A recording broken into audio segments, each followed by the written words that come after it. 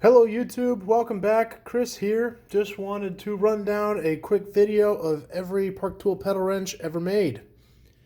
We're going to start off with the Park Tool Pw1. We've also got the Park Tool Pw3, Pw4, and Pw5, and we have a little honorable mention here at the end. So let's get started. Our victim today, from Specialized, we have an S-Works Tarmac with a SRAM Red Axis build. Pretty sweet bike. We're lucky to have it in the shop today. So this is what we're going to use to demonstrate these pedal wrenches and how they work. First off here, we have the original Park Tool pedal wrench, the Park Tool Pw1. This is a stainless steel pedal wrench. It's got a 15mm side and a 9/16 side. Not as common on more modern pedal wrenches, as the 9/16 side is not very commonly used. This is a tool that's no longer available. I actually had to purchase this on eBay. They're kind of hard to find nowadays because they have been replaced with a modern version, the Pw3. So we're going to get our pedals started here. We need a couple threads. Then we're going to hook up the 15mm side of the Pw1. We're going to go ahead and spin those cranks backwards until it gets snug. Now this is one of the complaints about the Pw1 and the Pw3 is the mechanical advantage here, where you don't have a lot of good leverage. You would need to rotate the crank half a turn and then torque just like that. More of an issue when taking a pedal off than putting one on, as if you don't have a good mechanical advantage, it can be tricky to get good leverage if a pedal is stuck. So, taking this off, same thing. Decent size handle on this wrench for a decent torque. I prefer a little bit longer, but not bad. Here's our Park Tool Pw-3. To the best of my knowledge, I couldn't find anything about a Park Tool Pw2, so I'm not sure if they make it or have made it or what. But if you know anything about it, please let me know in the comments. This tool is essentially the same as our Park Tool Pw1, different finish. This is what the more modern Park tools are coming with now, is this matte black finish, as opposed to the stainless steel finish. But pretty much the same length, same handle, same head, still the two different measurements, 9/16 and 15mm.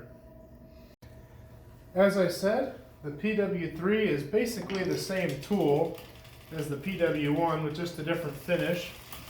So we don't really need to go through this all again, but I'll give you a quick pedal on and pedal off here. Same thing, you're going to pedal it, you still have to flip it just like on the Pw1, torque. I like a little longer handle because of the rings here. If I were to slip with this short handle, I'm going to bust my knuckles on these chain rings. That's why I really prefer that and a little bit more leverage. And to take it off.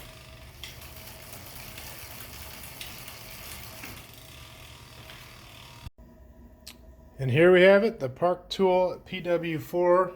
They call this their professional wrench. To be honest, this is probably my favorite tool on the workbench. I love my Park Tool pedal wrench, Pw4. Super long handle, great for leverage, great for keeping your hands out of the chain rings. Two sides on there at different angles, so great mechanical advantage. You can always flip this tool around some direction and get a good angle on the pedal to take it on and off. Just, in my opinion, this is probably the best pedal wrench on the market. Alright, and here's the Pw4. We'll get it started. As I mentioned before, the angles on the Pw4 make it really easy to use. You can either come down in it like this, or put the wrench down like that, just depending on where you get the best mechanical advantage. A nice long handle. That's why they call this their professional pedal wrench.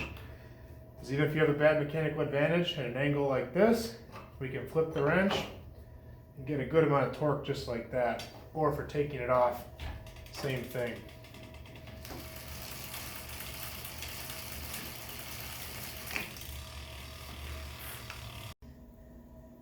Park Tool Pw5 pedal wrench. Real simple wrench, not much to it, almost like an oversized cone wrench. Just single-sided with a slight angle to it, 15 millimeter only, and real easy to throw into a small toolbox or for a beginner collection. Won't break the bank, but definitely a nice tool. Lastly, we have our Pw4. Real simple wrench, not much you can really mess up here. One side, great for beginners, inexpensive wrench. Definitely something you can just throw in a smaller toolbox. Nothing confusing, only the 15 millimeter side. Not always the best mechanical advantage on the angle of this wrench. For example, right here, pretty tough to torque or untorque. And your opposite side, a little better, but not great.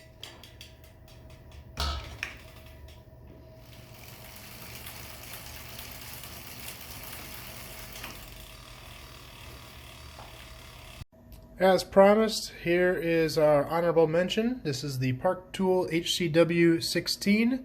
They also recently came out with an HCW16, I believe, .3, which is just a thinner chain for some of the 12-speed stuff, but essentially the same tool. 15 millimeter pedal wrench on one side and a chain whip on the other.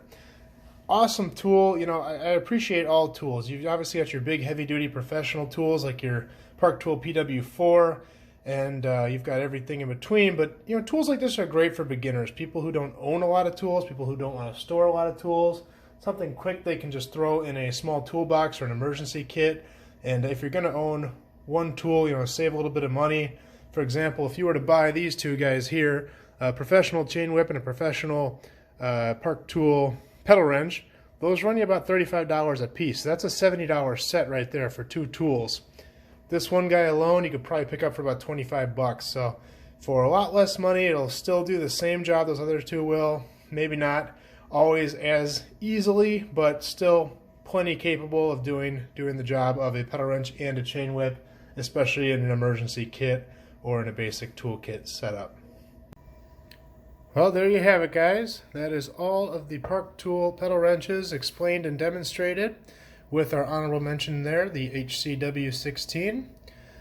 Please let me know what you thought of this video. If you had any questions, concerns, if I got anything wrong, if you know something about a Park Tool Pw2, which I couldn't find anything about, please let me know. I'd be curious to see what that tool is and how it works. And, oh, I forgot to go down my favorites. Obviously, my favorite, the Pw4. Second favorite, probably the Pw1, and then the Pw3, Pw5, and then the HCW. But these tools all have different uses. They're all good for certain things. Just depends on what you're looking to accomplish with it. And yeah, so to each their own. I hope you enjoyed the video. Please subscribe if you want to see more videos like this. I've got more coming in the future. And thanks for watching.